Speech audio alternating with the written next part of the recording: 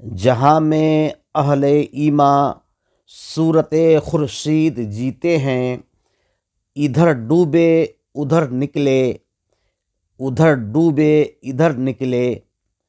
علامہ اقبال کہتے ہیں کہ جو لوگ اہل ایمان ہوتے ہیں وہ ایک جگہ مستقل قیام پذیر نہیں ہوتے ہیں، بلکہ وہ لوگ خورشید کی طرح زندگی گزارتے ہیں۔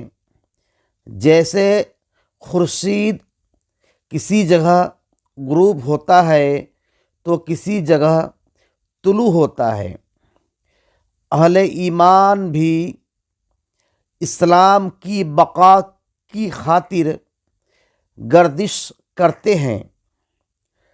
اسی گردش کے سبب اسلام پوری دنیا میں پہنچا ہے۔